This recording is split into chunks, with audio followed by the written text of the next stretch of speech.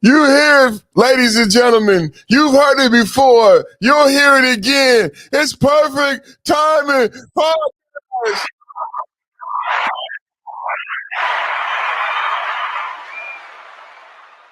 We got a poll up right now. Make sure you vote in the poll. My poll is up all the time. Is your poll up right now? Mine is. I keep a poll. I keep a poll and I keep a poll up. Hi ho, hi ho, hi ho, hi ho, hi ho.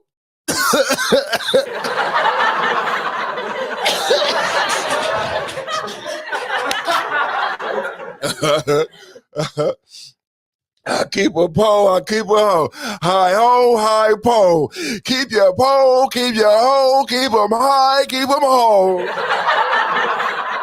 Hi ho, hi po, hi po, I got a pole. Hi ho, I got a pole, I got a pole. Hi ho, hi ho.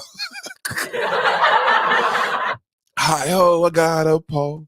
Hi ho, hi ho, hi ho, I got a pole. You got a pole for the hoe, I got a pole for the hoe. Hi ho, hi ho, hi ho, I got a pole. Hi ho, I got a pole, I got a pole just for the hoe. Yeah, we got a poll up, man. I'm up, the poll is up, you up. Everybody should be having a good gosh darn time. Let's get our station identification out the way. Station identification for everybody tuning in. Hey, it's the perfect. Hey, Jerome's in the house. I said Jerome's in the house. Watch your mouth without a doubt. Yeah, man, it's a perfect timing podcast. You're listening to the founder, the creator, the professional, Perfect himself, moderator of the Perfect Timing Podcast Network Studios.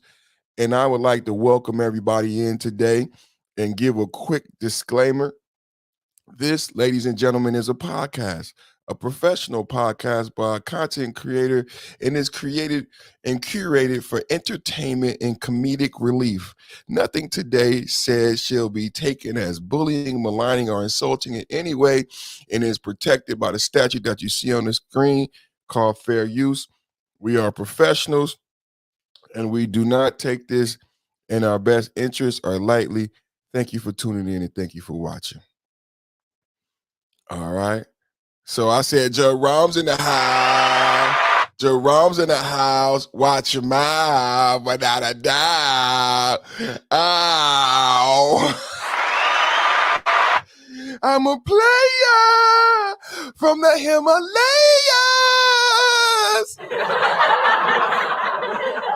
Shout out to all the players from the Himalayas out there giving up game in layers. I said players from the Himalayas serving up game in layers. Hey, you hear me?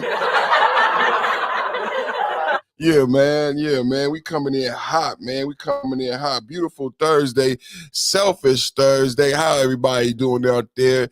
Y'all know how we rock. It's a pre-Friday celebration. We got Jerome in the house on Selfish Thursdays. We're going to have us a good conversation. Make sure you share the show, man. Make sure you share the show. There you go. Dreams versus desires. You feel me? On Selfish Thursdays. But today we gonna talk about love and marriage, love and marriage, love and marriage. Cause it's a hot topic, man. Love and marriage seems to be the topic of the day. Not so much love, Perfect always throwing in love, but damn show marriage. Everywhere I turned today, I couldn't get away from marriage. Marriage over rice, marriage over grits, you know what I'm saying? Marriage and eggs, you know what I'm saying? Everywhere you go, can I get marriage with a Coke? What kind of Coke you want? You want an orange? You want a 7-Up? What kind of Coke you want? I want marriage and a Coke. So everywhere we went today, that was the topic. And you know, I usually peruse. Hey, that's a good $100 word for you $100 niggas. Oh, we gonna get on these black manosphere people today. Yeah, we gonna do some shit, because I didn't realize until I did my research today how much cowardice exists in the space. And I just was talking the truth as I know it. And it's funny because truth as I know it was jabbing at me in the comments, and I jab back at truth. And I'm like, I started this barbecue shit, and this the motherfucking thanks I get. I created the sacred cow.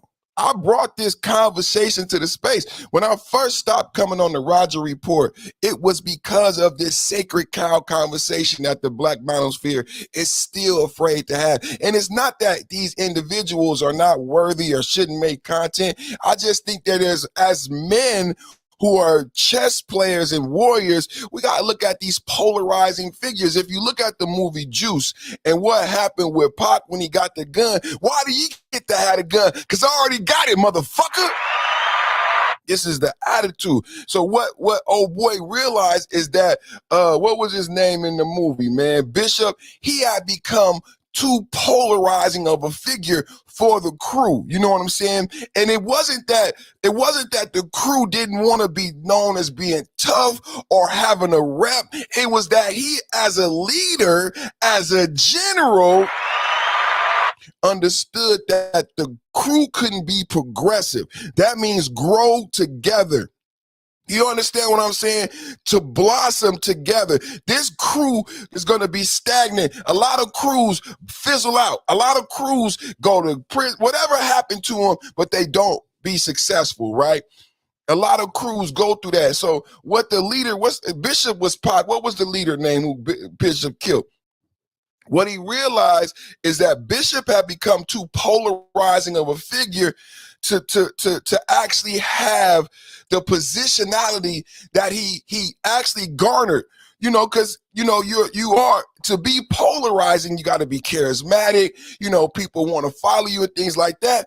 But it's not all. It's like Cuba, ape first. You know what I'm saying?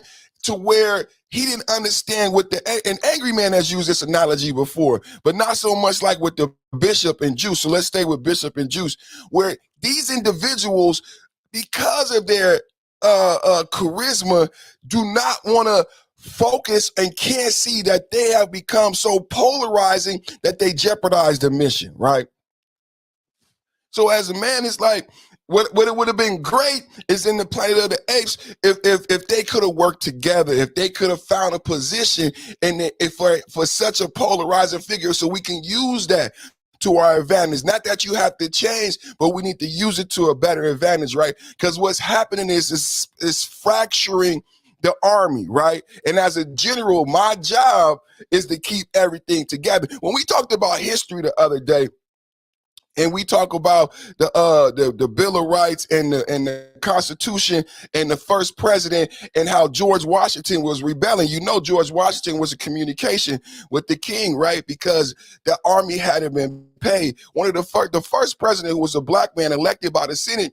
The reason why he was held in such high regard is because of his prowess on the battlefield, but one of the things that he's also held as a great politician, because he was able to secure funding to pay George Washington and to pay the army, or we wouldn't even have America as we have it now. Because the George Washington that's held up to you was gonna make a deal back with the Europeans, right? So in order to get what you have today and us to get through those years with those two documents merged together, you had that happen, right? So we talking today about marriage, because everywhere I look today, I saw individuals talking about marriage. I was discouraged because I didn't know that the black manosphere has so many voices that were speaking outright against marriage. I thought that there was an understanding, because this is what 5.0 is all about, right? 5.0 is the understanding that what I've been saying all week as I've been speaking against monk mode, the complexities of men, right? because a lot of times in the Black manosphere, what you hear is about men being great, and even from people, the game slayers and purveyors, and tell you got to have game. It's about elevating your consciousness, right? And what I've argued this week is that there's certain levels of complexity that the brain is not going to reach without this family aspect, without living with humans, raising humans, and mastering being married and mastering being a father. We see in statistics that people who are married in successful marriages live longer, healthier, better, more high quality lives. This is by the number. So to this argument, as I did my research, I was so dismayed that I see that Hafez quit doing YouTube. And he recently had a video. Hafez quit doing YouTube, and he recently got a video where he's talking about this very subject. Now, I know that there's a lot of red pill, black pill, and it just, I like the pod that Roger talks about because I think it's more explicit to the actual mindset and conscience of a lot of black men. I think a lot of black men think they've chosen the red pill or the blue pill, but they still sleep. They still sleep in the pod because if you don't understand the benefits of marriage and the complexities of men, then I still say you in the pod, right? Because you listen to people who say they in monk mode, but like I'm gonna play a video later that says these people have already got married, got divorced, had their kids, so it's understandable that they got this bitterness, right? But for 20-year-old men who don't understand the complexities of how it is to become the best man, how it is, because you desire to be a billionaire, right? You desire to be Michael Jordan, right? Well, what's the apex of men when it comes to relationships? I argue that the apex of men, the Michael Jordan, is not Jerome Roman. Somebody argue with me in the chat. The apex of men when it comes to relationships and being able to master these complexities, which I argue are some of the most complex things that's going to take the most brain power, that's going to raise you and grow you emotionally. When we talk about growth, exponential growth, when you have a child by someone who you love, male and female, shout out to the sisters who watch me and support me, all the women, 5.0, 5.0, 5.0 women, moderators, it changes you if you really love that child. We're talking about people who love. We're not talking about broken, fractured, trauma-inflicted Negroes. We're talking about people who plan, mediated, love their mate, and love this child and pray for a healthy child because they know they may have people in their family who were not. My little brother was born addicted to drugs. You know what I'm saying? Small in the NICU. I visited him in the NICU. Some of us know what the NICU is. You may have heard of the ICU, but some of us know what a NICU is. You know what I'm saying? So they loving each other and they're praying for a healthy child. You know what happens in that moment? You grow exponentially emotionally. Your capacity to love, your mental capacity. Wives become teachers, men become leaders. In this godly spiritual moment, the monk doesn't talk to you about that. Jerome Rome is going to tell you that the pinnacle is maybe having multiple women by your bedside at the same time. That's what you should yearn for. That's the pinnacle, right? I think it's become perverted what's the player lifestyle and what actually is a married lifestyle. Let's take a listen. So as I'm doing my research, we're going to get to Hafez, but Mia Khalifa was trending. I didn't even put Mia Khalifa in my title on my thumbnail, and I know Mia Khalifa would bring me clicks and bring me attention, right? Y'all know who Mia Khalifa is? I'm not familiar. Y'all know. If you know who Mia Khalifa is, put it in the chat, because I'm not sure if you know who Mia Khalifa is. Everybody might not know who Mia Khalifa is, but I've never seen her before. This is my first time hearing of her. I'm not familiar with this individual, but for some reason, this individual is a very famous individual, happened to be trending on Twitter right now. Y'all let me know in the chat why Mia Khalifa is so popular. Some of y'all might know. I'm not familiar with this individual, but for some reason, she's top trending along with marriage. Now, the people who know Mia Khalifa, may understand the contradiction there, right? But let's take a listen to what Mia Khalifa has to say about marriage. I mean, it's worth having the talk. Since we talking about Jerome from the Himalayas and all the players, it's worth having the talk about Mia Khalifa, right? And what she feel because of her profession. Oh, we're comparing stats. Baby girl doesn't know that I am Tom Brady at this game. Married at 18, divorced at 21. Second marriage, married at 25, divorced at 28. Third engagement, engaged at 29, ended it at 30, but I kept the ring. I'm still keeping Tom Brady on his toes. We should not be afraid to leave these men. We are not stuck with these people. Marriage is not a sanctimonious thing. It is paperwork. It's something, it's a commitment you make to someone. But if you feel like you're not getting anything from that commitment and you're trying, you gotta go. You gotta go. You have to go. I know it's difficult to fill out paperwork and to make appointments and to do all of these things, but this is your fucking life. Do you want to be stuck with someone? Period. Do you want to be stuck with someone? Oh, we're comparing. So what you think about that, y'all?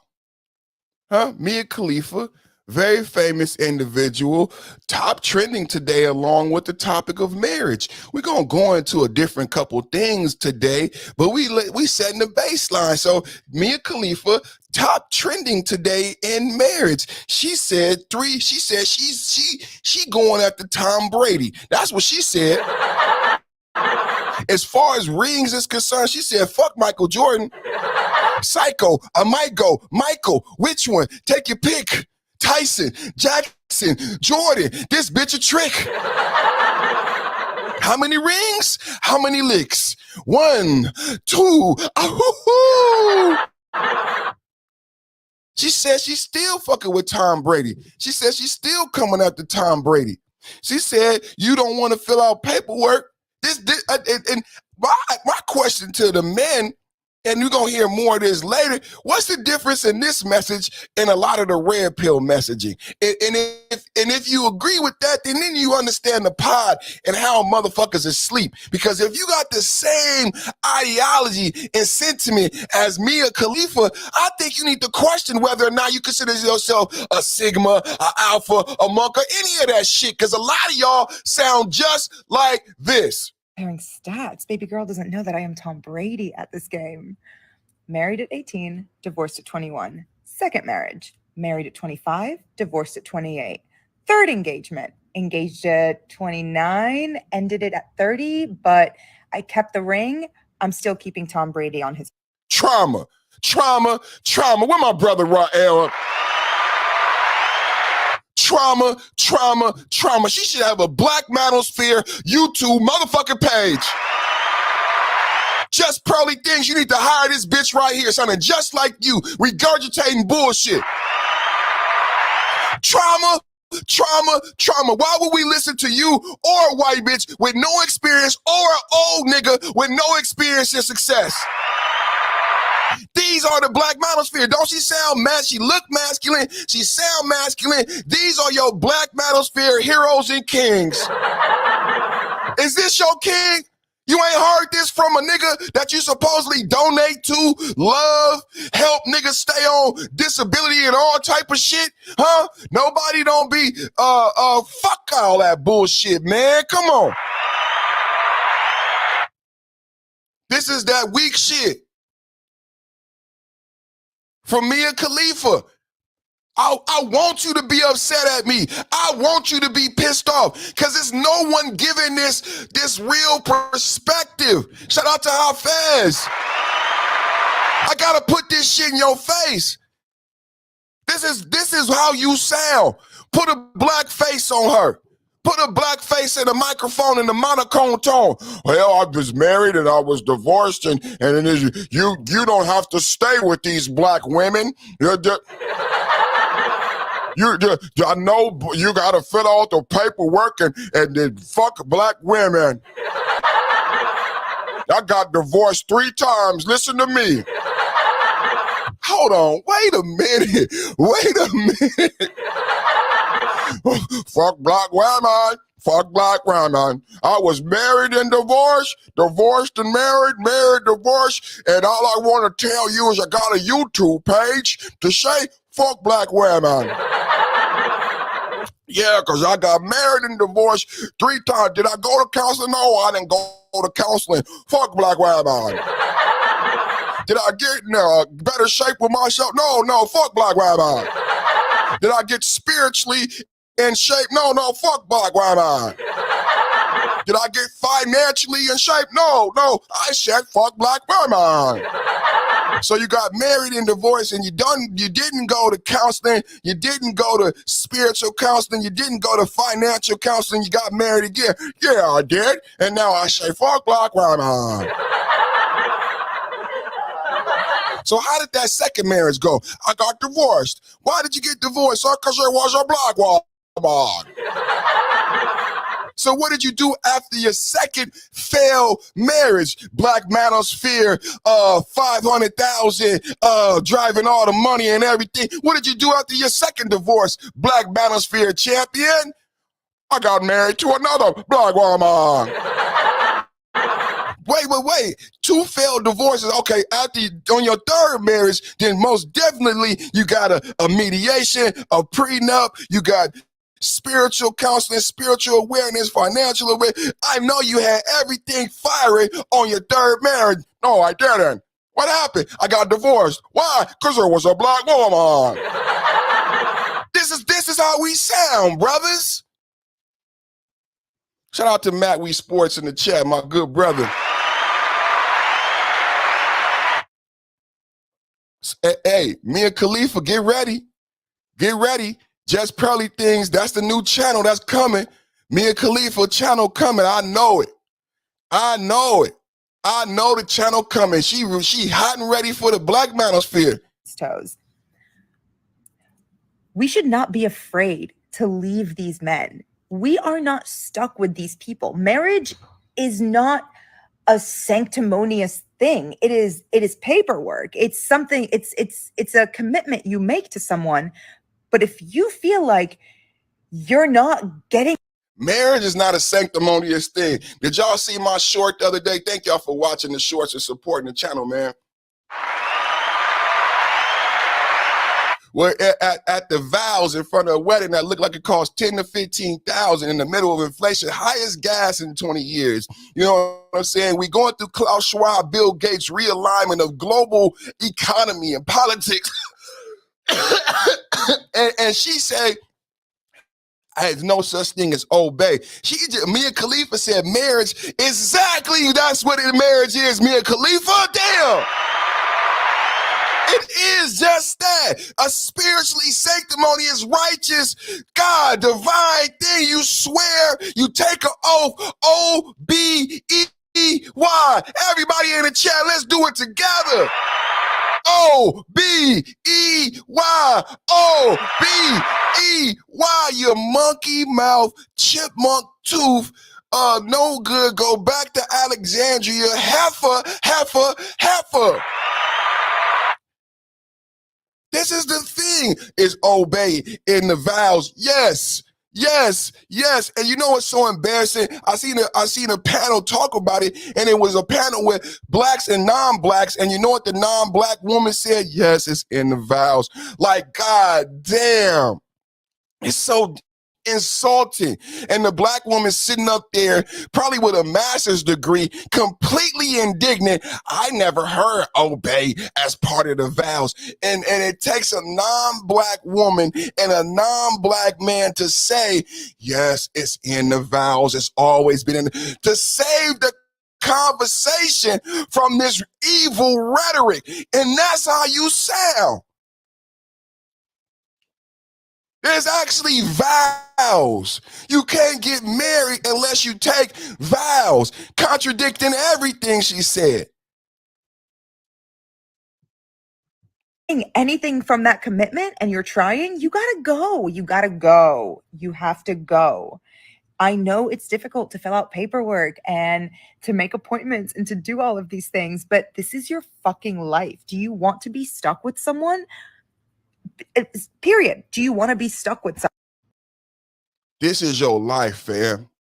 Y'all remember the Yogi Bear, and Yogi Bear had Captain Caveman and that other character that would be in the cave and he would come down. I used to love Christmas cartoons, boy.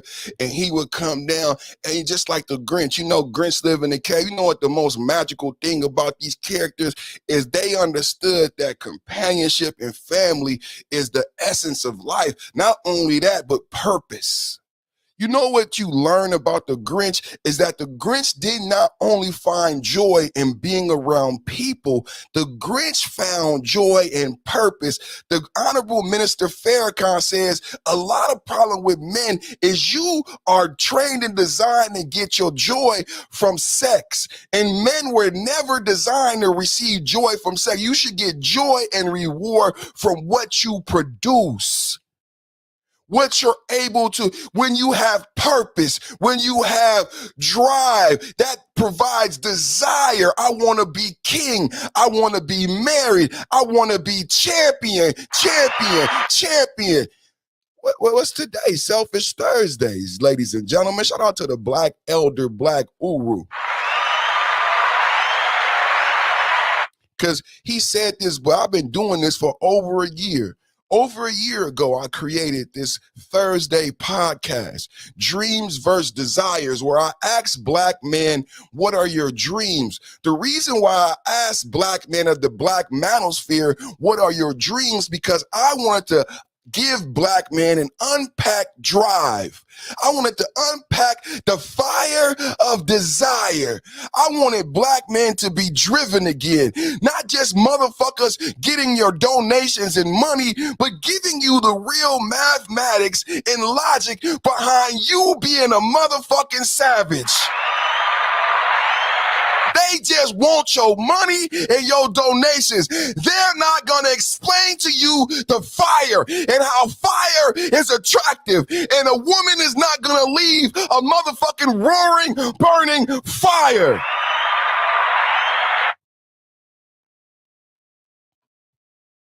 My brother said, I don't have time to dream.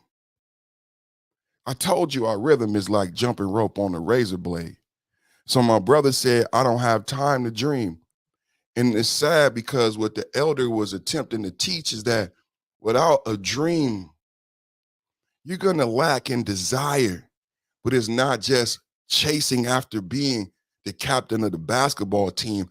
It's manifesting in every facet of your life. It's the layers, the onion layers of your life. That drive, it's like an onion. It gets over everything. That drive, you're going to smell like drive. When you take a shit, you're going to be driven. When you fuck your bitch, you're going to be driven. When you exercise, you're going to be driven. You're going to find yourself with a new attitude. I got a new attitude.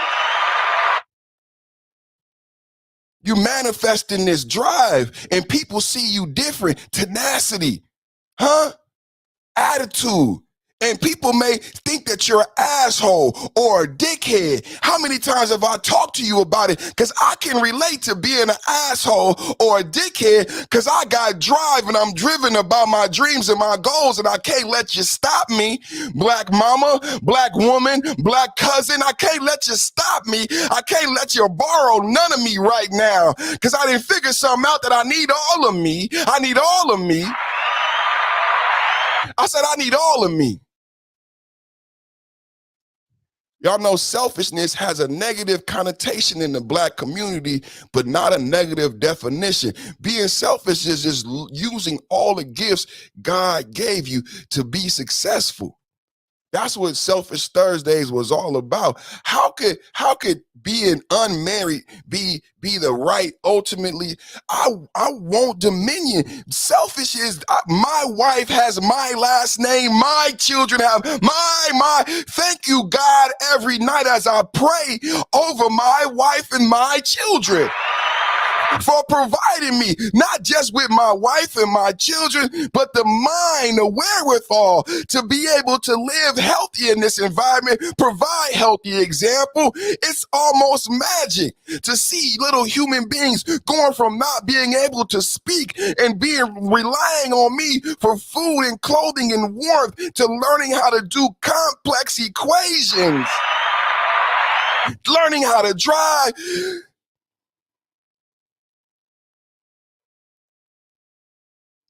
I'm just talking about if you,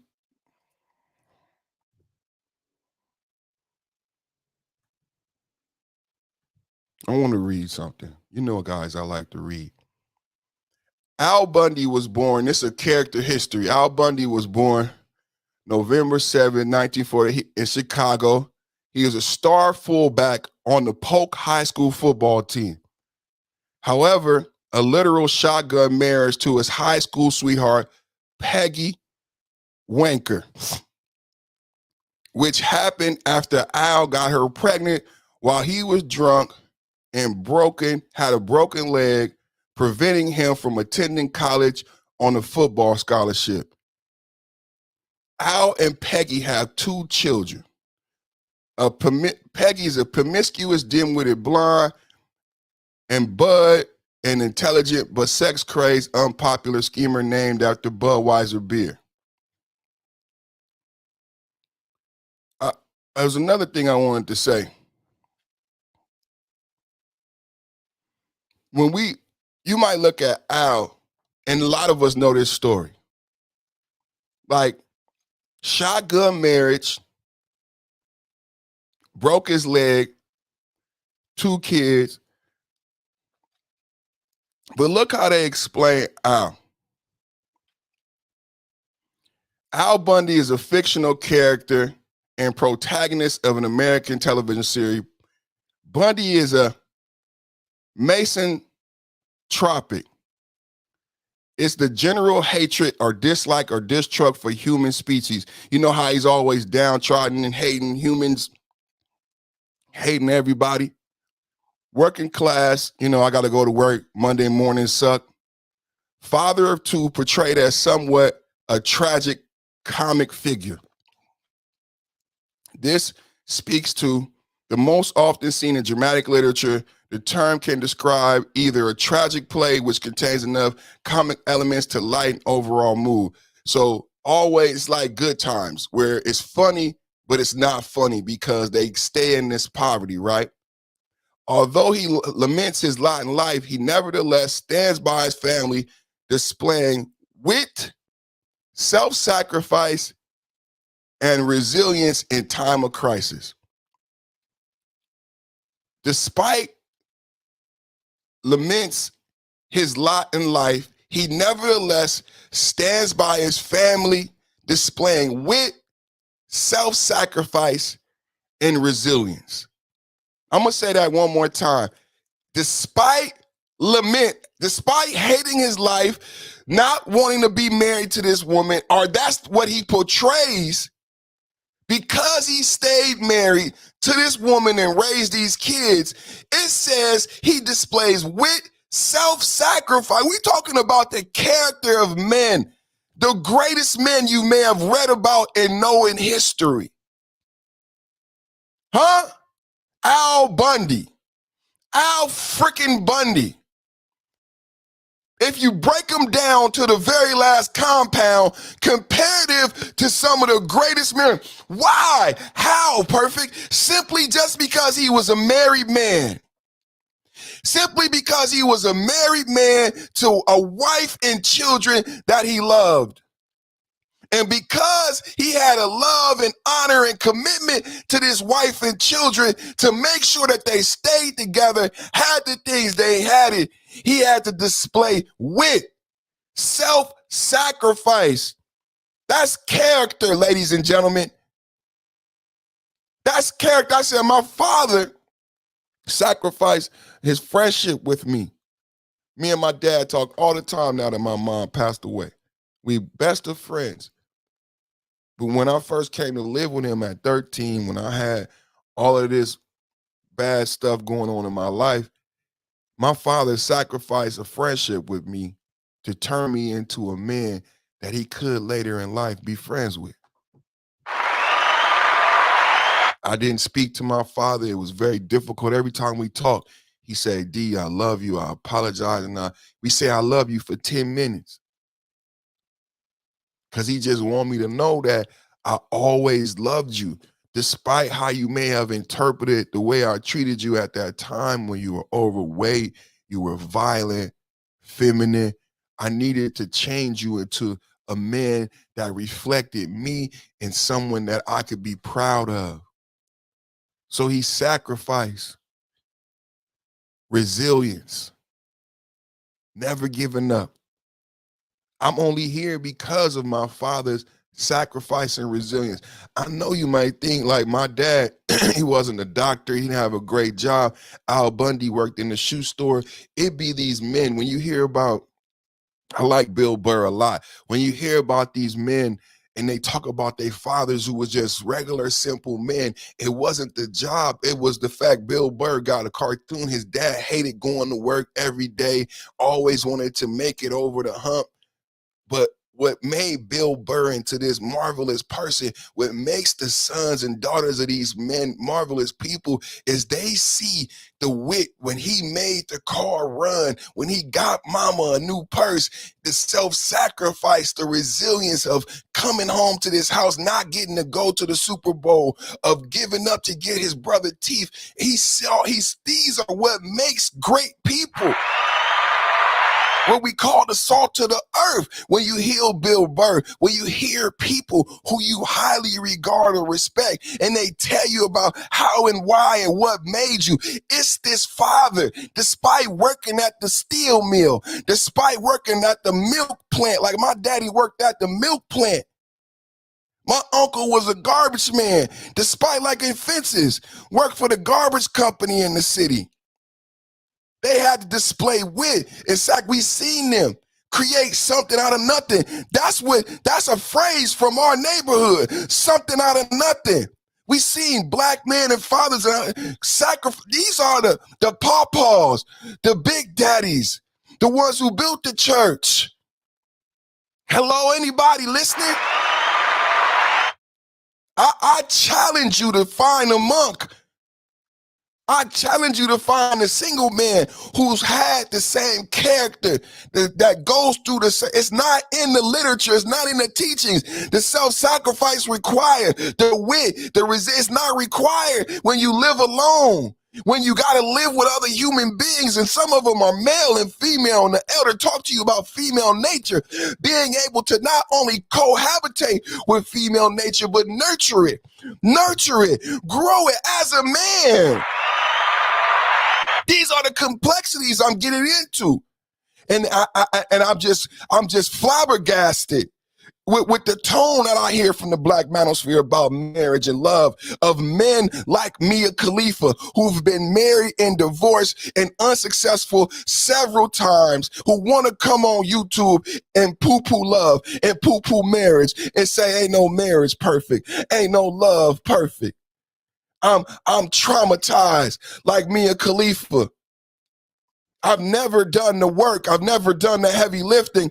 I've never got the counseling, but I want to say I fuck love and fuck marriage and fuck the Black woman. That's what I want to say.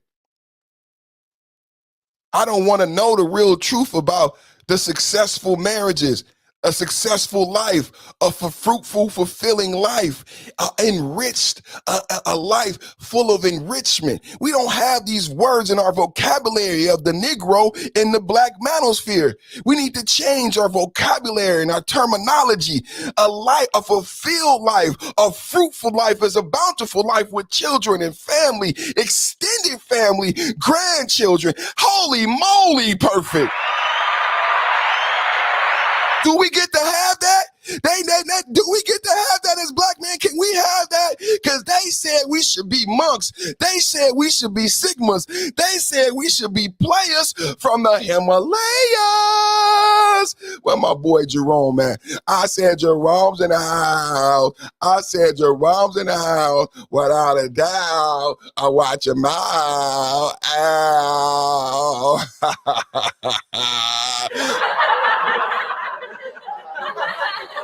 From the Himalayas. From the Himalayas. Yeah, man, we cooking today, man. So just a few more things, man. I want to show you guys, man. So Hafez quit YouTube. I'm very upset about that, man. I remember when Hafez was having his debates with Just Pearly Things, and a lot of black men were siding against Hafez. Antoine Daniels, corny ass. The lead attorney, corny ass. Who else? Even O'Shea Jackson, and I like O'Shea a lot, but he said some derogatory things about Hafez because he was going to go interview with Joe. Everybody was riding the Just Pearly train. It was actually fucking embarrassing.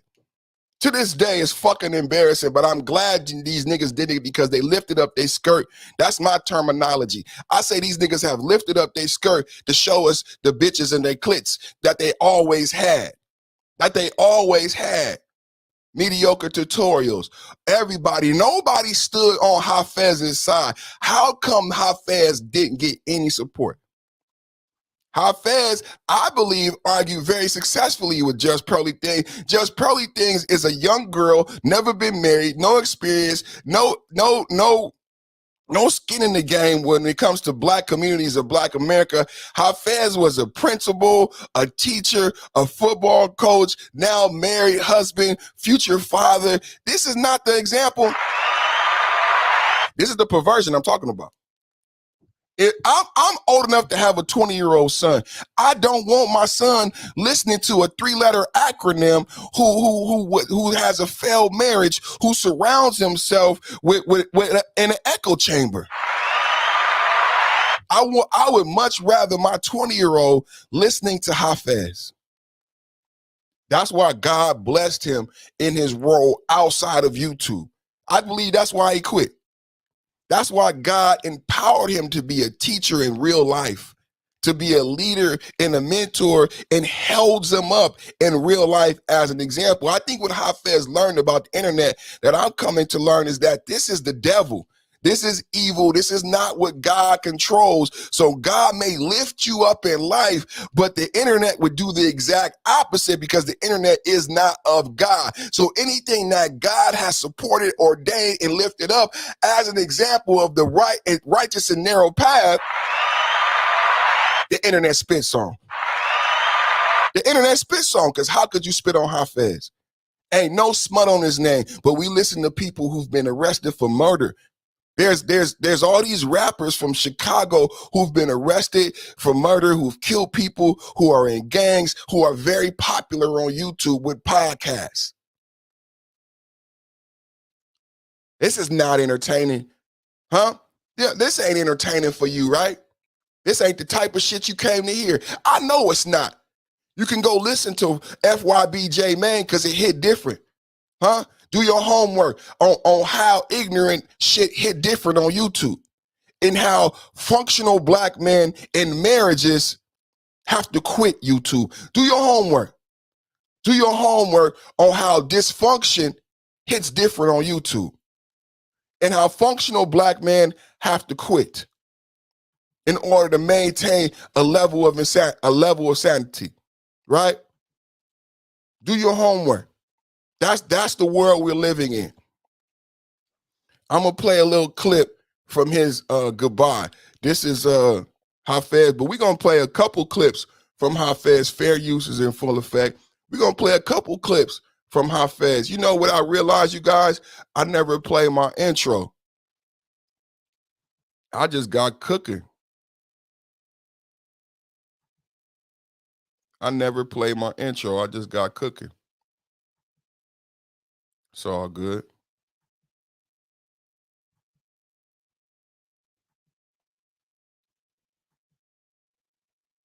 Sometimes I just be moved. Sometimes the shit just be moving me. And this topic is one of them topics that I felt very strongly about, especially being a father, being a husband, having a divorce. I remember when Kevin Samuels had this talk initially, and why me and my partner on my first YouTube foyer in the male progressive. Shout out to my brother Clutch. That's when Coach Greg Adams first started. When we first started, and as married men, a lot of women would stop me and Clutch while we were having our conversations at this black-owned establishment, and a lot of women would try. And my wife is a witness of a lot of women hitting on me and attempting to get my phone number and attempting to become acquainted with me in an intimate fashion. And I would always tell the women that I'm in a committed relationship. And my and we would all people would always say, the women would say, you should mentor men, or you should talk to men so we could have more men like you. So Clutch came up with a TV show, and we did the male progressive, and and we focused on like a lot of the talking points that Hafez talks about. We were the ones who first said get married at 35. I coined that term, and we broke it down, and that's because of my experience in the medical field and working with doctors and lawyers, and that's why I came up with 35. Because when you become a professional, in my relationship with apprenticeship and even back then being an expert before I got garnered the name perfect. So it was always about marriage because we understood what to the highest heights of humanity that it would bring you to, right? And that's why I started off with that Wikipedia about resilience and self-sacrifice from a man who worked at a shoe store. Because if you hear Al Bundy and you hear shoe store, you don't think about that level of character, that level of emotional development, right? You like, okay, he married, work at a shoe store. That's a fucked up life. I don't want that life. What type of man would I be? Or my uncle just being a garbage man? Greatest man I've ever met, my father and my uncle. Worked at the milk plant and worked at the garbage plant, but it was that resilience, the self-sacrifice and wit. I seen them change a transmission without having no tools. You remember a 8/16, a 9/16, the 9/16. No, why black men? I grew up during the time where black men would fix and create things, but we never had the tools that we needed. It was always a thing. Like, I had a dream. I always wanted to get my father and my uncle like an expensive set of tools. You know what I mean? Like, that was something that was hard to come by in our neighborhood. People was always fixing things, right? The fathers was always fixing cars and fixing on the house, and somebody would let you borrow their hammer. You know what I'm saying? Y'all remember that? Somebody would let you borrow their hammer and something like that. But nobody never had all the tools, but everything got done. These men did black magic. You know what I'm saying? Nobody had all the tools, but everything got done. Like, Daddy, how did you do that? How did you change the transmission? How's the car running? You know what I mean? But going around the neighborhood doing favors for people, borrowing this to it. And then I remember people getting in fights over too. It's almost like, Ali Sadiq when he said that thing me and my wife laugh at, where he was in the hood, he started selling dope at 14, and a dope fiend tried to sell him a car battery, and he didn't have a car. And Ali was like, why is the battery outside of the car? And then here comes somebody chasing the dope fiend. Hey, nigga, you just stole my battery out of my car. The dope fiend telling Ali, okay, now, youngster, you gonna need you gonna get you you out here hustling, you gonna get a car eventually. So he trying to sell Ali, a 14-year-old, a battery with no car. But I remember those times, man, and I remember those men, and I remember the men who were unmarried. This is the conversation. I remember the players. I grew up in San Francisco. I remember the players, man. I remember the pimps. I remember their quality of life. Hello? I mean, 'cause I think a lot of people be talking about this shit, being a player, being a monk, and don't be honest. It's the same thing when the rapper is rapping about and glorifying being a gangster. It's a very limited, and men who have lived that actual lifestyle understand the limitations and the lie that's being portrayed by individuals who are making. It's just like the YouTube and the Black Manosphere who are creating this music for profit. It's a grift. You are sensationalizing a horrible lifestyle that's nothing but detriment, that does not lead to anything fruitful.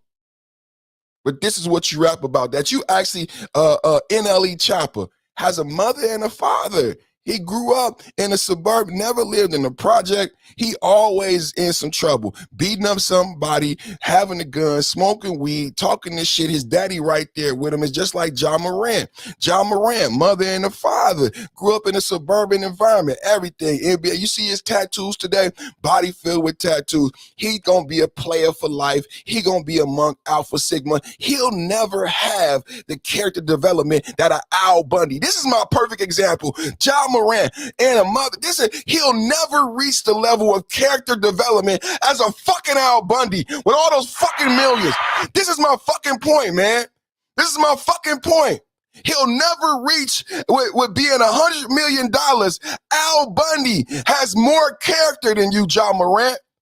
Because John Morant knows nothing about self-sacrifice, the wit and resilience it takes to be a Black father and husband and raise healthy children. He a player, though. He a player from the Himalayas. Yeah, we could give John Moran that, right? He a player. But could we say he's a complex individual? Would anybody say he's an intelligent and complex individual that deserves, that commands respect? Woo! Would anyone say that he's an intelligent, complex man who commands respect like a Michael Jordan?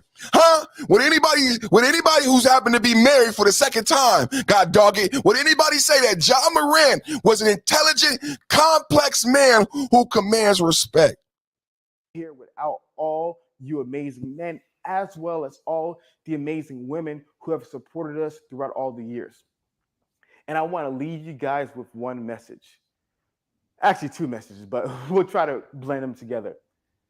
In today's society, what has broken my heart the most is that the biggest people who are against men are other men.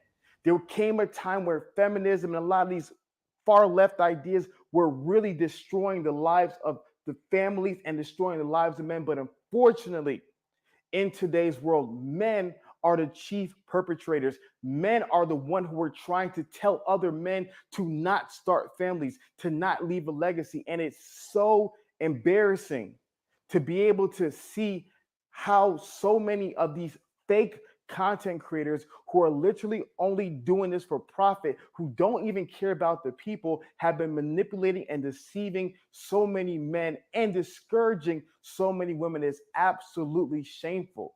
So Y'all hear what he said? I want to play that again. I'm going to play that again. It's just a little clip. We having some fun today. Who are literally only doing this for families, to not leave a legacy, and it's to blend them together. In today's society, what has broken my heart the most is that the biggest people who are against men are other men. There came a time where feminism and a lot of these far left ideas were really destroying the lives of the families and destroying the lives of men. But unfortunately, in today's world, men are the chief perpetrators. Men are the one who are trying to tell other men to not start families, to not leave a legacy. And it's so embarrassing to be able to see how so many of these fake content creators who are literally only doing this for profit, who don't even care about the people, have been manipulating and deceiving so many men and discouraging so many women. Is absolutely shameful. So my advice to every last man and woman is, remember, life happens offline. Life happens.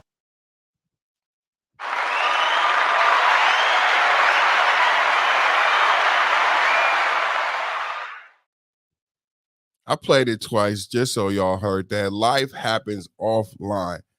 Offline, Hafez is married probably to a woman that some of you would be afraid to be in a room alone with. I know this for a fact. This is the other part of the conversation, Truth. This is the other part. The pen gonna drop. Hafez is more than likely married to a woman that most of Black manosphere men that you hold in high regard would be afraid to be in a room alone with. They would get up and walk out. She probably so beautiful, so intelligent that they would be shaking and giggling like a little girl. I know it because I've seen them on the panel with mediocre bitches. Cackling and giggling like little girls. I call them Barbie girls in a Barbie world. Hafez is more than likely married to a woman who most Black manosphere men would be afraid to approach, afraid to speak to, afraid to be alone with. That's game, nigga. That's game. You have no idea what actual game is. That's game. That's my wife. That woman that you is afraid to speak to. You worried about if she gonna cheat. I know, nigga, you is afraid to approach a woman like that. We don't have that talk. You don't know no men. Hello. He said life happens offline. So let's see. Hafez, everybody got something to say about Hafez. So number one, he's married. To a beautiful woman you could never even approach. Educated. Worked as a principal, a teacher, a preschool teacher, a high school coach, and a middle school coach. Created organizations before Kevin Samuels.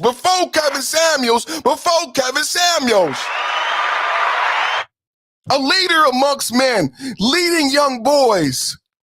Creating fostering healthy relationships.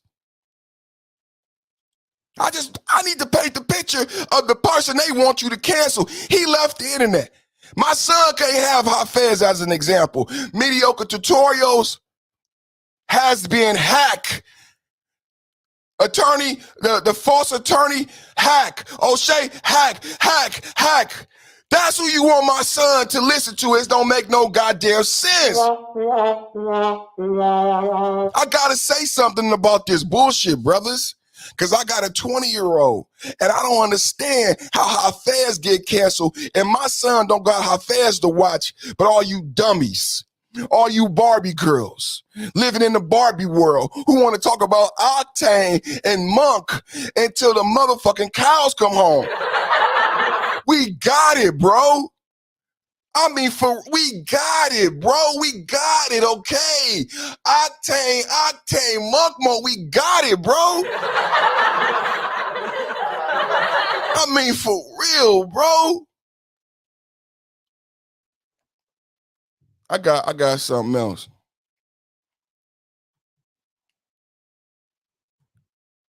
From the Himalayas. All right. I got a couple of things I want to show from this debate.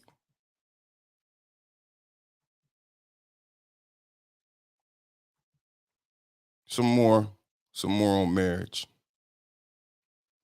This is Hafez and Coach Greg Adams, fair use. well, great marriages can work, right? So similar to me, the people I admire the most, the people I look up to are married people. Patrick David, Jordan Peterson, my father, Pastor Mark Driscoll, people who I look up to the most, right? Long-term marriages, the people that I celebrate a lot. Long-term marriages. My father and mother been married for over 30 years. Great, healthy marriage. So that's my opinion. My pastor, Pastor Heidi Lewis, been married over 25 years. So And just for the record, most of the people you look up to, Michael Jordans, are married also. Just not in the black manosphere, because no failure dummies are here, right? All the dummies is here. All the failures are here. All the traumatized Negroes are here. But the people you look up to who are not in the black manosphere, not online making stupid content, who are actually doing things that you look up to, winning championships, buying the cars, driving the cars, that's not happening on YouTube. You watch it, but if someone is actually doing it right now, someone's actually fucking a bad bitch right now, someone's actually driving that car right now, living that life right now. Do you understand what the fuck I am saying out the words of my fucking mouth? The people you look up to also are married. The people you aspire to be like are also married. Nobody wants to be Jerome. It's bullshit. Nobody wants to be Jerome. It's a funny ass joke. Jerome is a Negro baboon. He's a motherfucking character. No one wants to be Jerome. No one wants to be laughed at when they walk out of the room. Everyone knows that Jerome is laughed at. He doesn't possess the same emotional intelligence as an Al Bundy who works at a fucking shoe store. No one wants to be Jerome. They sell you Jerome. And they're not even Jerome.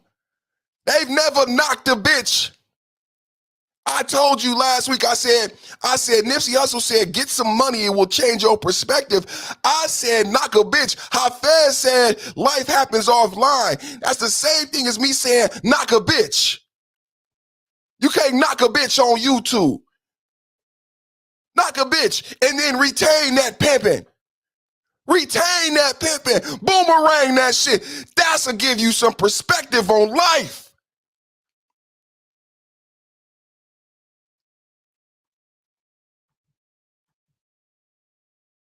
that's my worldview. And so to me, hearing what he's sharing, there is truth in that.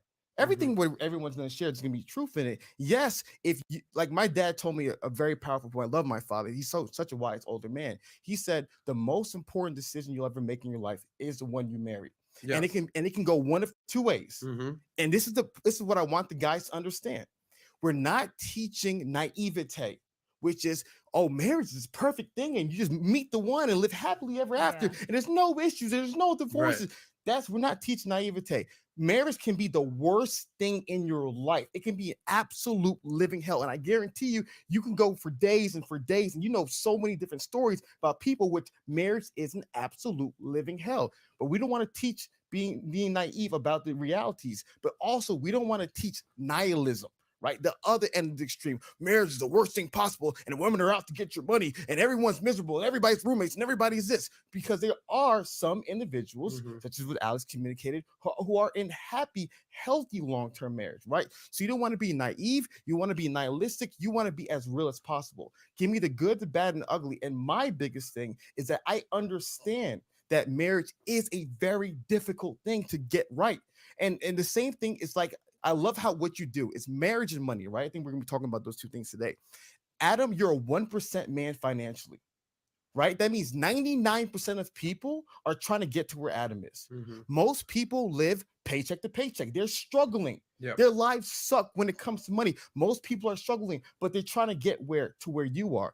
That's how I view relationships. Most people are in really sucky relationship. Yeah. Most people, it's a day-to-day war, hell, the way work is, the way the gym is. But then there are some people who are having it at the highest of level. The same way nobody says, oh, well, most people are not going to be in the 1%. So screw it. You should even try. It's, 90% of businesses end in 10 years. You should even try. We say, if somebody's going to succeed, why not you? Which is why I love what you're doing.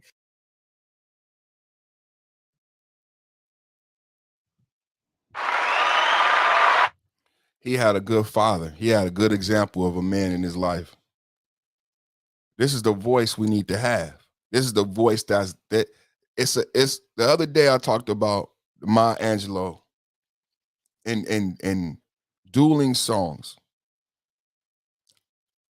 The name of the poem is I Know Why the Cage Bird Sings, but she breaks down the difference between how the song sounds and what a cage bird sings about. The cage bird sings about a different topic matter, and it's going to sound differently because the bird is caged. A free bird has a total different subject matter and a total different sound. And not only does the free bird sound different, sing about different things, the free bird names the sky its own. My wife, my children. He said, in the video where he quit, he said, there are men telling men not to have a legacy. There are men telling men not to have a legacy. It's the difference between a caged bird, i.e. the pod, and a free bird. I don't think y'all get it. You listening to pod people. You listening to caged bird. You are listening to the song of a caged bird when you listen to the Black Manosphere. You're listening to a song of unknowing, of longing, long suffering. And what Hafez is presenting to you is the song of a free bird. A free bird reaches for the highest heights and name the sky his own. I feel like I can be Michael Jordan. I'm a free bird. This is what we refer to as white privilege, where white people think they can fly. You just the only one not flying in the movie, brothers. When you choose to not be married, not be a father, it's you cutting and clipping off your wings. Everyone else is flying. Only you discuss the detriments of falling out the sky, but everyone else gets up and fly again, because even though I might get knocked down by a power line, I can still fly. And if I can fly, I'm gonna fly. I've seen women, nurses, doctors get divorced, heartbroken. They get right back up on what they say.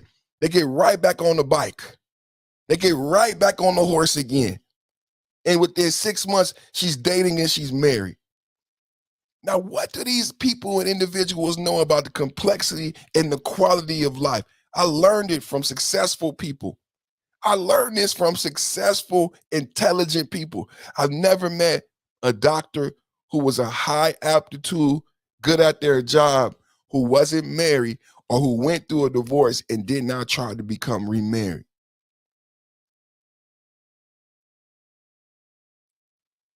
He said, everybody wants to be Bill Gates. He said, you're in the 1% of finances. And everybody in America in capitalism says, I'm going to work hard. I'm not going to work and say I'm never going to become Bill Gates. I'm going to work hard in America because I have the ability to be in the 1%. Why don't, and what I'm saying is, as men, especially black men, it's a defeated attitude to say, I'm not going to strive to be the best I could be, which is being married. Let's say it's so hard that it's part of being in the 1% of people who are successful at marriage. So we just give up. We just sing the song of a caged bird. I get pussy though. Caged bird is getting pussy perfect. Think about the level of the frequency of that mentality. That you would say to me that I'm getting pussy. A functional, emotionally intelligent man, you think that's valuable to me? You think I look at you and hold you in high regard? Think I give a fuck about a nigga who gets pussy? You think let me say it to you like this. You think the white man gives a fuck about a nigga who's getting pussy?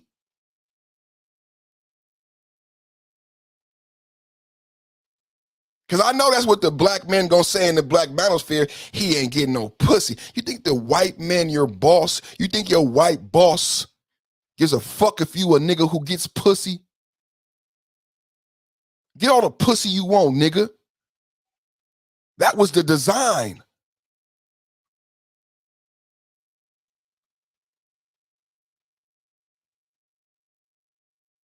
From the Himalayas. I got bitches in layers. Hold on, where you at, Jerome? Because that's what we doing in the black manosphere. What we doing, y'all? We getting pussy, pussy, pussy. Oh, pussy, pussy. A pussy, pussy, pussy. Hey, do the pussy jazz, Jerome. A pussy, pussy, pussy. Huh? That's what we about out here, ladies and gentlemen. Game, game, game, and pussy and more pussy. Did you get some pussy today?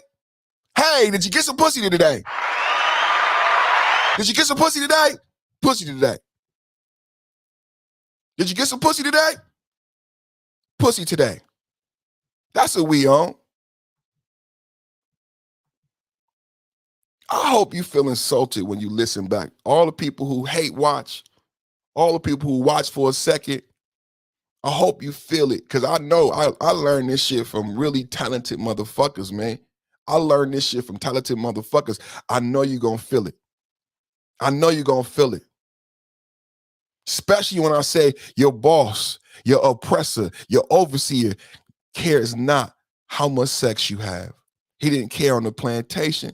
He made it, he provided a way for you to have all the sex you wanted. Because he knew how much you like sex. To this day, they believe you're over-sexualized. Because instead of a legacy, hello, gay marriage. Does anybody want to unpack gay marriage? Because instead of a legacy, you want pussy. You see game, monk mode as freedom. You don't see your progeny. You don't see your legacy. You don't see your lineage. You don't see your kingship. You see pussy. You might as well be a rat in a trap. You might as well be sleep. Don't talk to me about no fucking game. Stop telling my son about monk mode and octane. It will not do him any good. The monk mode and octane conversation is over. Thank you, but no thank you. Thank you, but no thank you.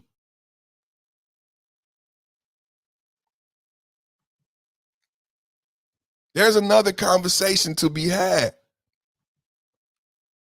There's another conversation to be had.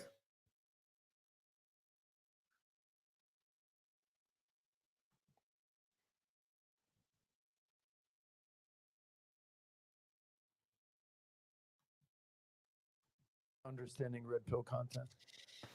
I just think a lot of guys have they don't see the negative side of female nature. And as much as maybe you want to harp on saying, oh, what about the positives too? I just think it's important that you see the negative side of female nature. So if something happens down the line, you're at least not surprised and that you're aware of the risks that come in marriage. Okay, I respect that. Now, let's one of the reasons that you've had so much success is that you're one of the few women.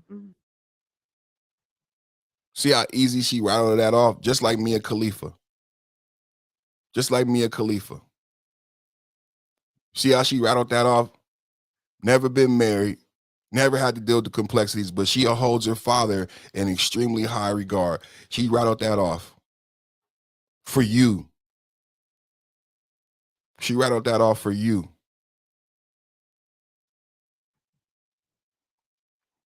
We never talk about this. I like when he said that. We never talk about this. What me and Hot Sauce was talking about. We never talk about this. And given all the tools and knowledge to avoid the wrong woman. But if all you do is avoid the wrong woman, you're going to die alone because you'll have no woman because all you be doing is avoiding women your whole entire life. That's similar. Did y'all hear that? We never talk about this. You can do that with your channel, but I don't think it's wrong for guys to have channels that are more dedicated to exposing female nature and talking about the negative sides of marriage too. 100%. No, you're 100% so right. that's like I feel like a lot of men have a good reason for avoiding marriage today. I love it. And even you can even say even cohabitation, like a woman can seize your assets even if you're just living together. Even so much sense, it's in certain states, and I'll say it varies from state to state. I know the chat, but it's like if she leaves her stuff at your apartment for like a period of 3 months, she can literally seize your assets. Okay, so what I want to do is I want to go ahead and address that point. So what I truly believe, Adam, is a two-folded process, and I had a plan, which is why my content is what it is, in a two-folded process. Process one is avoid the wrong woman. Right? Process. So men need to learn what does the wrong woman look like, and given all the tools and knowledge to avoid the wrong woman. But if all you do is avoid the wrong woman, you're gonna die alone because you'll have no woman. Because process one, avoid the wrong woman. Octane. Monk mode. Okay. I told you my first show was the male progressive. I think we need to shall we proceed? Hip hop. Shall we proceed? Black Manosphere merch. Shall we proceed? Huh? Phase one, avoiding the wrong woman. What, and if you attribute it to race, if you SYSBM, whatever you say it is, that's phase one, brothers. Shall we proceed? All you be doing is avoiding women your whole entire life. That's similar. Like they say there's no unicorns, no woman special. So they say that. Then the next half is the maturity part of life, where now you have to accept the right woman and receive the right woman. So reject the wrong, receive the right. So to me, you have to give those men tools. If 99% of the content is only about rejecting the wrong woman and none of it is about receiving the right. So one of the examples I want to give, Natalia, if you go to the statistics real quick.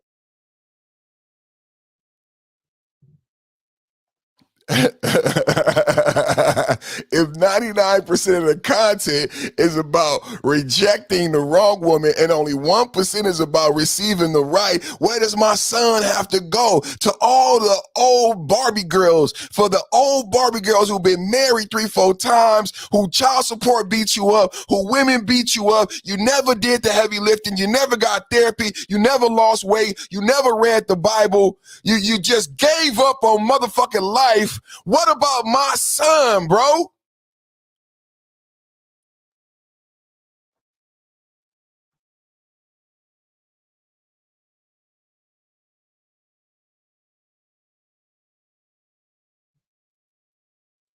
We lose so many men. I believe we lose so many women. We lose so many young men. We lose so many women who need a voice, who need a father figure. I'm not trying to lead and be no savior or none of that shit, but if I'm a content creator and I don't care about my audience, we lose so many people with this defeatist low frequency vibration. I told you yesterday about vibrations. Attractions, we lose so many people with this low frequency, low vibration. It's a repelling effect.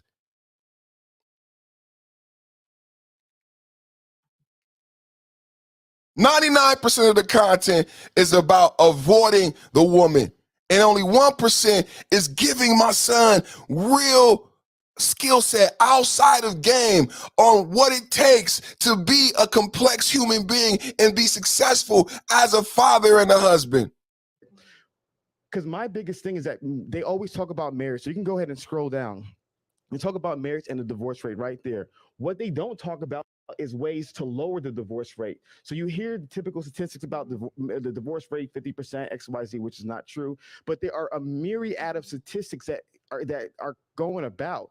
And so here's an interesting one Natalia pulled up. What people don't realize is the more money you make, the lower the divorce rate is. The divorce rate is at the highest at lower income earners. And so if a man, going back to making money, one of the things I think the right people teach, they don't realize that actually earning more money creates marital stability. Another thing, if you go back to the data, Natalia, is that if you look up, can I ask a question on that one? Can I finish and then you can go ahead and ask your question? So another.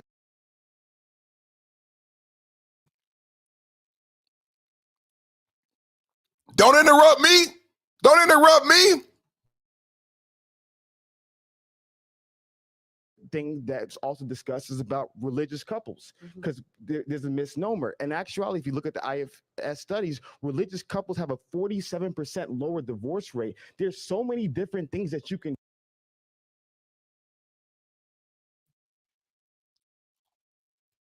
This is what me and Hassan was talking about. No one ever talks about the people who are married, their quality of life, the people who remain married, their spiritual health, their financial health, their children. How well do their children do in school? Since I've been talking about this, what did I tell you about two-parent households and test scores in Ivy League schools? I told you that Harvard looks at the fact whether or not you come from a single-parent household. I would look at the fact whether or not you came from a single-parent household, because now you have to live with other human beings. So I got to manage these ideologies coming into my Ivy League school, because the goal is to make some of the best and most intelligent people in the world. So I think about everything that you have coming into the school. And I know from data that two-parent households of high income, he said high income households remain married. People who are faithful and spiritual with the same background in religion remain married. Why wouldn't I want to factor that into Harvard? Why wouldn't I want to factor that into Yale on my PWI and thinking about who I want in my student body, knowing that the people here will become the CEOs, the leaders, and the presidents? Knowing all these things are correlated to a two-parent household of high income. Okay, perfect. But what's on the other side of that coin? Oh, you mean the one-parent household? Because perfect, if there's correlations and factors regarding a two-parent household, there must be correlation in parallel factors on the other side of the coin for a single parent. Well, I'm glad you asked. Game players and purveyors and Jerome Sayers, for single parent homes, you know what they have? The number one people who are getting incarcerated come from single parent homes. The lowest test scores come from single parent homes. The unmarried, the people who get the most and highest divorce rates, come from single parent homes. And what the truth is that over 50% of men will have children. And if over 50% of men will have children, and we're not giving men the tools in order how to facilitate healthy marriages and lives, then we're just giving up, and we're watching the community diminish, because these single parent homes will produce children who will create single parent homes of low test scores and low income. That's not conjecture. You can check the data. I said single parent homes. I didn't talk about race. I didn't talk about sex. This is so important because it's complex. In the Black manosphere, what had you focus on race and sex. And I need you to think more higher than race and sex. Because single parent homes are the number one driver of incarceration and low test scores and poverty. They're all related. You can say, perfect. What you mean to say is single parent homes are the number one driver of poverty. Poverty drives incarceration and low test scores. It doesn't matter what order you put it in. There's certain things related to two-parent high-income homes, and there are certain things by the data related to single-parent homes. As we talk about marriage versus being a monk, being Sigma, being single, being this Black manosphere idiot. Being this Black manosphere idiot who talks about women's weight, who talks about other Black men's weight. Think about what I'm saying to you. Being this Black manosphere idiot who downgrades women about their obesity, who downgrade other Black men about their weight and their lack of sexual prowess. That's the Black manosphere. Leading you into single parenthood, but never telling you the follies of single parenthood. It's the same thing the rapper is doing with the hip hop. For Black women, the female rapper is leading you into whoredom. For Black women, and if you have daughters, the Black female rapper, despite being married herself, being spiritual, i.e. Cardi B, i.e. Beyonce, is leading you into whoredom and single parenthood. Young Miami said she didn't want her daughter to be a city girl, but they are leading you into being a city girl, promiscuity, whoredom. The end result is single parenthood. And what I am telling you is what they're not telling you at the end of twerking your beautiful brown buttocks, at the end of drinking all the Casamigos at the bar, is a life of poverty, a life of loneliness, a life of despair, a life of incarceration, a life of sickness, from cancers, from obesity, a life of incarceration, from not being able to pay your bills. There's no song. Sukiyana, Cardi B does not have a song telling you about all the ills of single parenthood. They just say to you, WAP. They say to you, twerk. That hip hop is telling young black men like NLE Chopper, who have mothers and fathers in suburban life, are telling you to carry a gun, to consume drugs, to sleep with as many women and don't get married and have game, leading you into single parenthood. Yes, you, son, leading you into single parenthood, which is a life of poverty, incarceration, low test scores. You might say, I want my children to go to a good college. I want my children to get good test scores. Well, you know who scores the highest on test scores? You know who goes to the Ivy League schools? Two-parent, high-income, married households. I got another clip. I think I had some more on this clip. Let's see.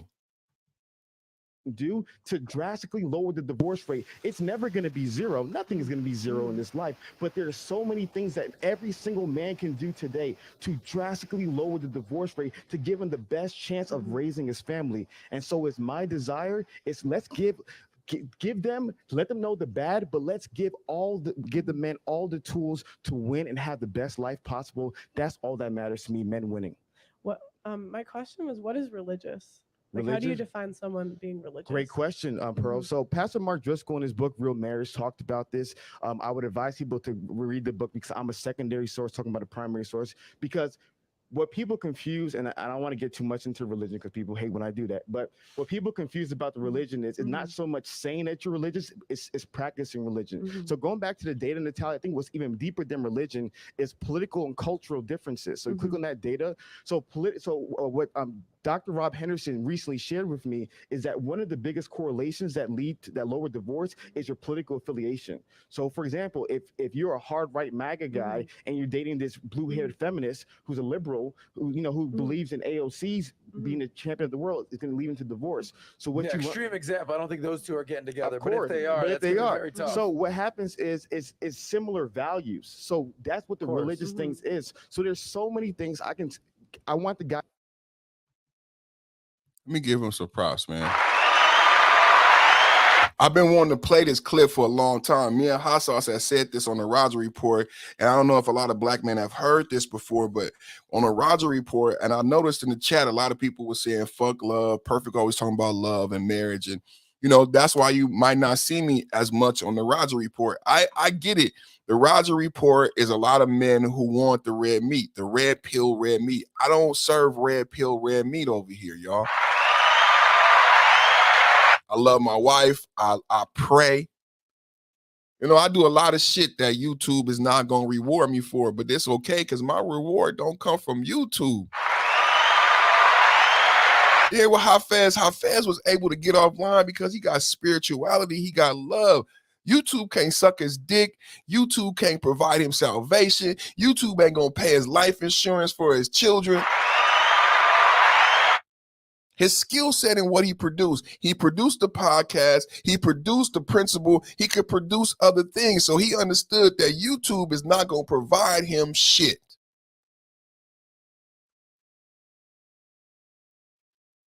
And this clip I wanted to play because what me and Hot Sauce was saying is that socioeconomic factors, and he said the divorce rate is not as high as they make it out to seem, and no one talks about the successful marriages and these key factors that lower the divorce rate. And when she tried to corner him on religion, a personal question, he checked her on the fact that it's not really about religion. And that's why I put up Al Bundy. Al Bundy. Love and marriage, love and marriage. Why did you pick Al Bundy, Perfect? Because the reason why Al Bundy was successful in marriage was what Hafez just broke down. And they see in the show that all you hear about growing up is, oh, he broke his leg and he was gonna be rich. But Al Bundy was probably a better man than he ever would have been if he went to the NFL. And what made the marriage successful? All of the things that Hafez listed.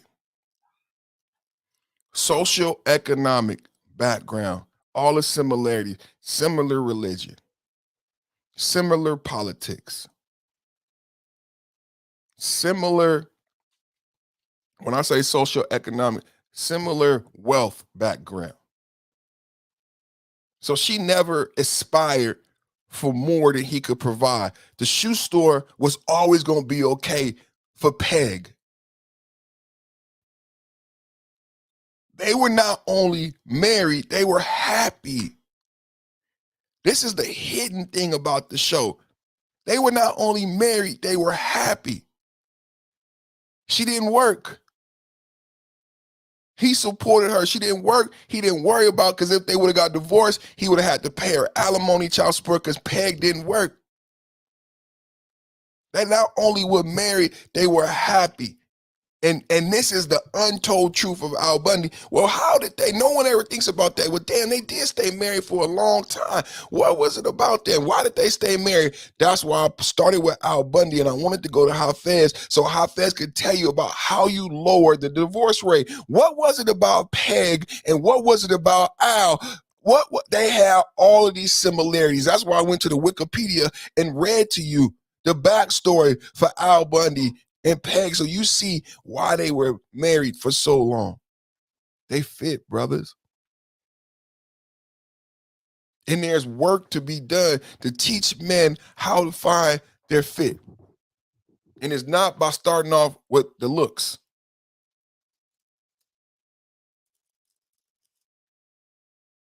He said, by having the same political background and the same religion, you lower the divorce rate by 47%. 47%. And then he said, if you're in a high income, all the people with these factors, 80 to 90% of them stay married. Their children are married and they grow wealth, which is why the gay community fought for gay marriage. I grew up in the San Francisco Bay Area. Gay people was already married, living in committed, faithful marriages.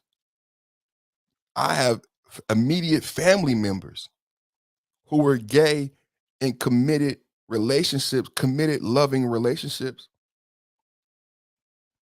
Why did they want to be married?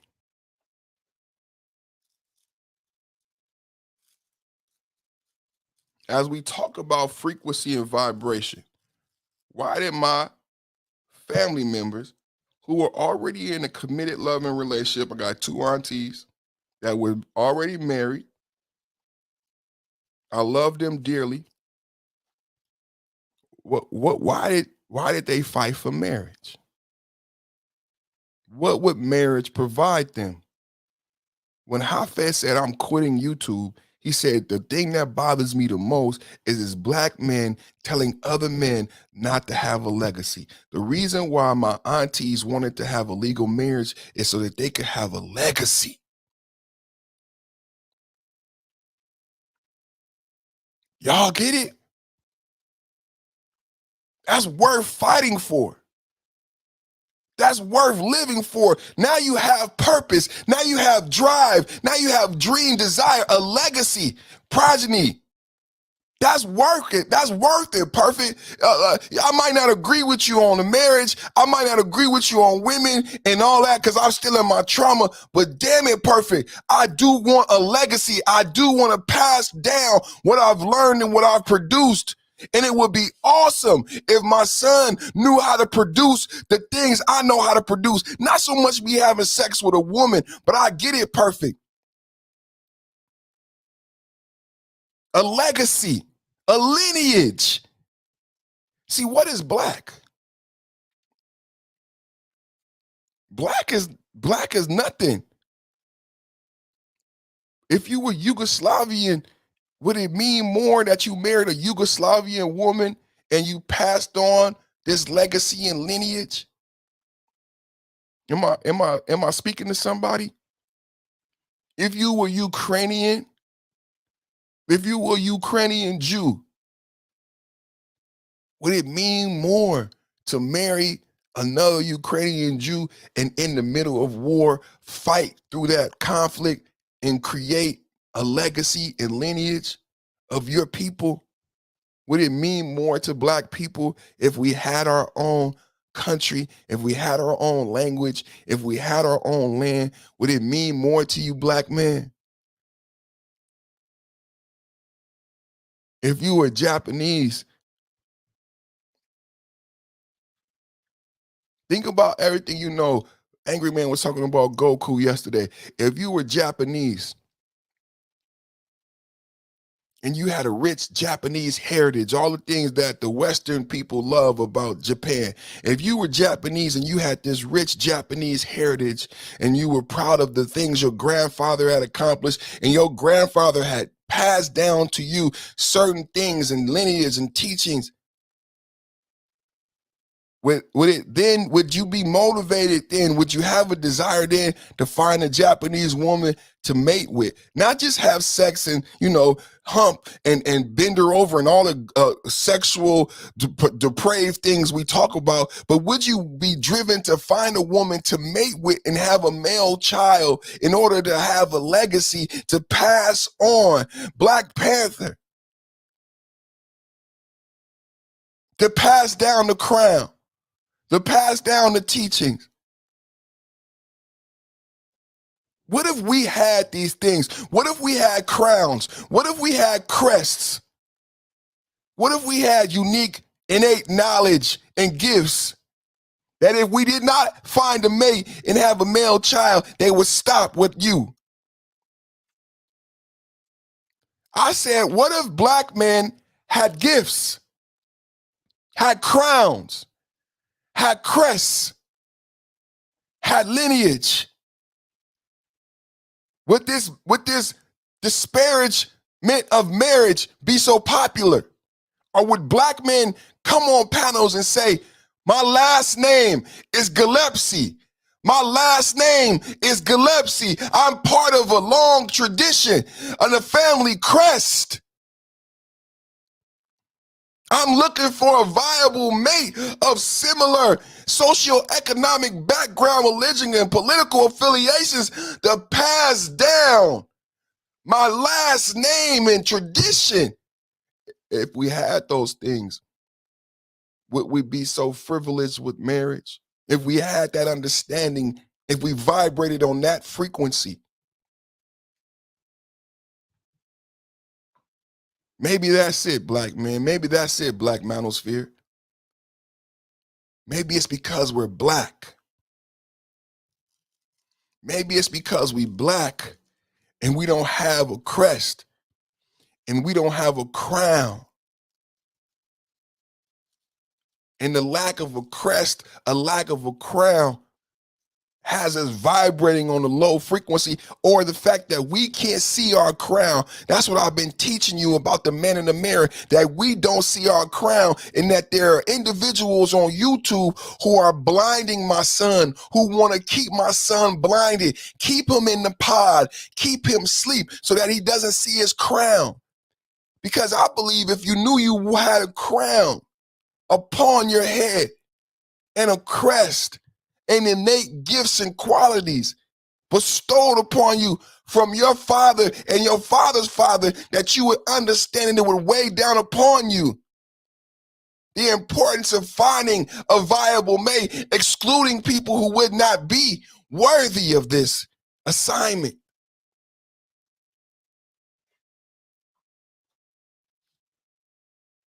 Would that help?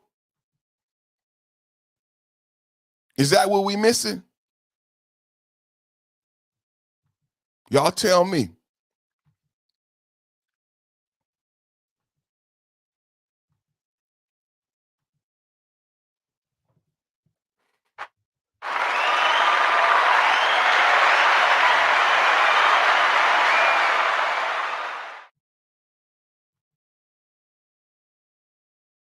Y'all tell me.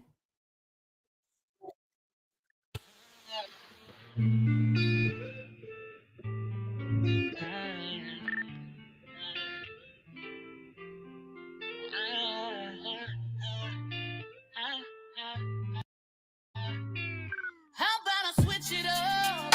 How about I do some shit so differently?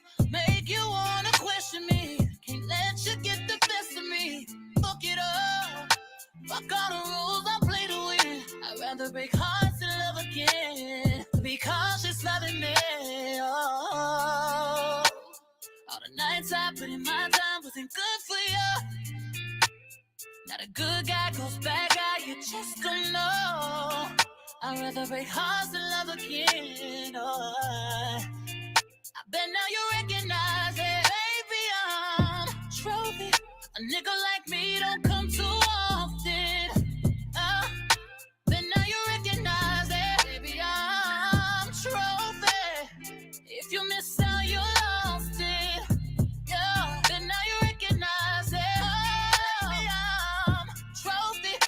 Bet now you recognize it. Then now you recognize it, baby, I'm trophy. Then now you recognize it, ooh. Then now you recognize it, oh. The shot clock to love, count that shit down, yeah. Cause I gave you everything, baby. I put that on everything, yeah. Show me you can handle me, yeah. Is that too much? You don't even try. And you can't see the price you're gonna have to pay. Better be cautious loving me. Oh. All the nights I put in my time wasn't good for you. Yeah. A good guy goes bad guy, you just don't know. I'd rather break hearts than love again. Oh. I bet now you recognize it. Baby, I'm trophy. A nigga like me don't come too often. Now you recognize it. Baby, I'm trophy. If you miss out, you lost it. Yeah, then now you recognize it. Baby, I'm trophy. Then now you recognize it. Then now you recognize it. Baby, then now you recognize it. Then now you recognize it. Oh.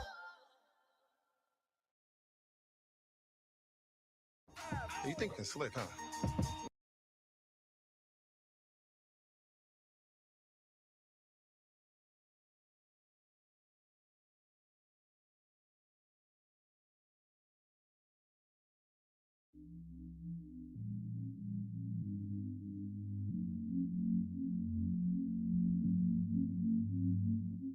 There you go. Still running from all of your problems. Shot it turned to the running man. Soon soon as she face drama. You ain't gon' keep bringing the past. You ain't gon' keep turning your back. I won't keep standing for it. What be going through your mind? Staying out past 5. And you know you gon' get checked for it. Respect's what I need but don't get. All that I do is resent you now. Whoa. Respect ain't so hard to get. You don't even attempt to figure yourself out. When in doubt, you run.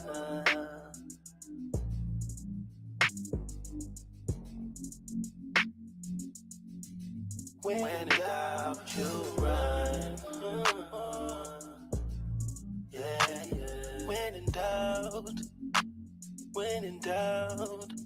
you run.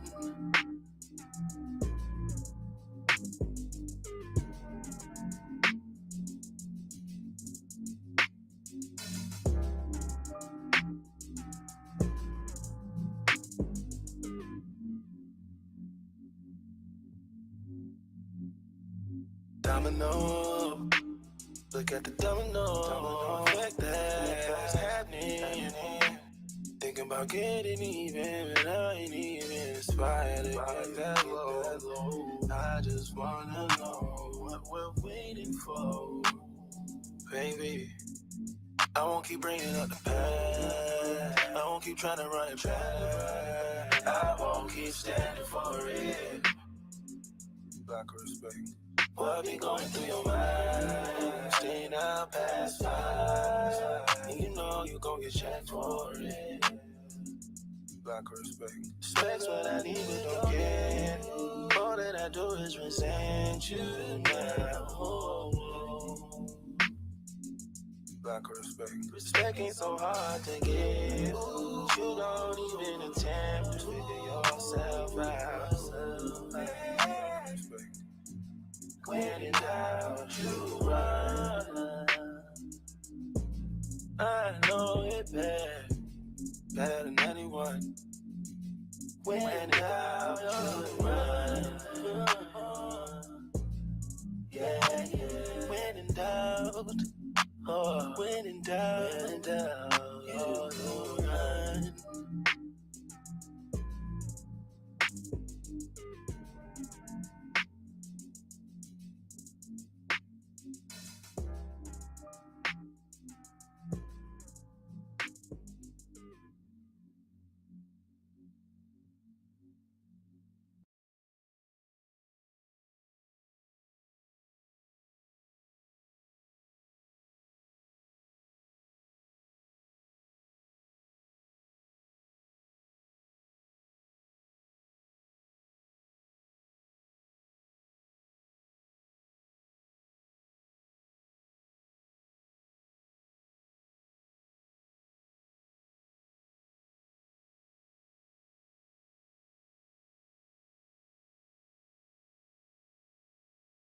Okay, I should've went to, I should've went to, I should've went to, I should've went to college. My white boy beat me to the punch, but I'm a scholar. Street nigga eating every lunch like get $1. Unless it's for the family, mostly everything flip. Get a grip for the heavyweight grip. Now he a donut to them kids that be rapping. Talking like he got it, yo, make everything happen. Still a Muliani taking orders like the mob niggas do. Making money, he go broke, then he go rob niggas too. But it's cool, I'm smooth, pass it to another dude. That nigga was so pressed, I came back cause I wanted you like a good idea. But me, I didn't want it like a good idea. Being so sincere, like I'm so into you. You act like I've been selling to you. I drive a couple miles, you say that's out of style. What if I say I'm coming to you? My lover, I love you. My lover, I love you. My lover. On the curb, you might see me by the curb. Feel I ain't got it too much. I'm like, bitch, you got a nerve. Nigga pro, under armor, our face. When it's gold, he act up, back up in his face. Being bold, man down. They like that man down. They come and get him. Nobody stay around, even you call me up. I got them demons in my past. You try to set me up, I got that thing, I'm on your way. You don't like it cause I'm so in the street shit. Feel like they peepin'. Stay around that pussy, feel like they loving the treatment. Play around, I got 2 fingers in deep end. On the west side, give me the best side. So into you, you act like I've been selling to you. I drive a couple miles, you say that's out of style. What if I say I'm coming to you? My lover, I love you. My lover, I wasn't even talking, say it with me. I love you. My lover, oh, yeah, yeah. Oh, yeah, yeah.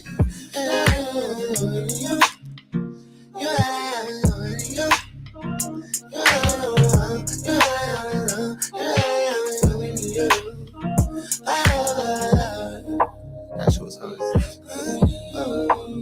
They said I'm so into you. You act like I'm selling to you. Right? You act like I'm selling drugs to you. So, you bitch like I act like I'm selling drugs to you. What the fuck? I drive a couple miles. You said that shit like weird, but what if I was at your front door?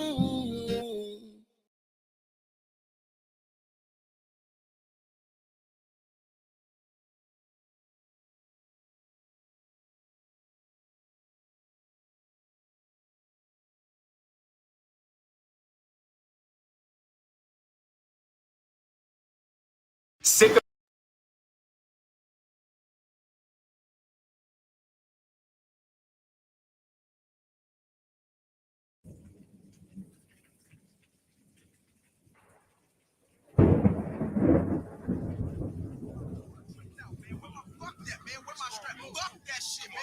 I take my car. Oh, fuck that. We finna let these niggas have it. Just pull up.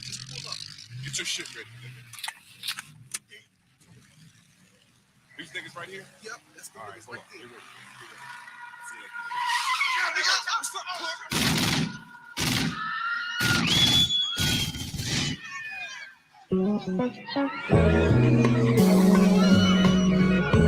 Item 63, closest to systems possible. 187.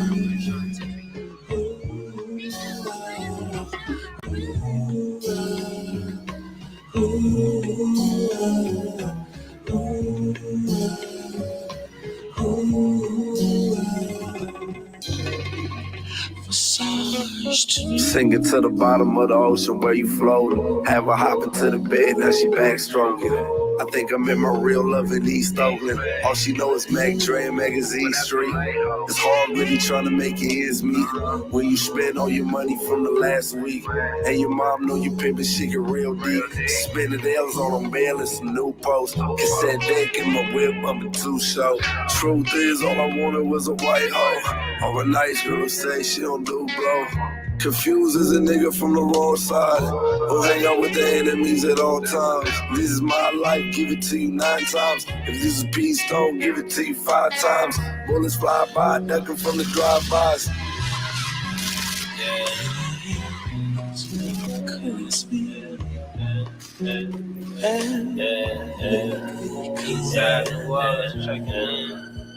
I simply read in your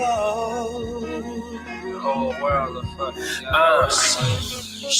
couple bottles of clique on the legal pad. Penning these illegal raps. A kingpin in this digital trap. Underground rap got me that Lamborghini you see parked out back. So attentive is about bags. My incentive to carry the whole set on my back for the set I attack. These jet light flags I plant all over the map. These seeds growing the trees, they bear fruit. My whole team eat. That's being the boss to me. What I grew up to be. Talk is cheap unless you speaking to G's about cheese. In which case, be mindful of what you say. Gotta stand behind the words if they ever come a day. You can't get away easy. The streets ain't sleeping. They saw you slipping and decided that's a perfect time to get you. Documentary, Umbrella Symphony, Umbrella Symphony, Umbrella Symphony, Umbrella Symphony. Yeah. No sweat.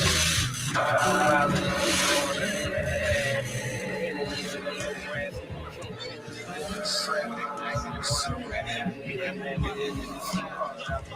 up, bro?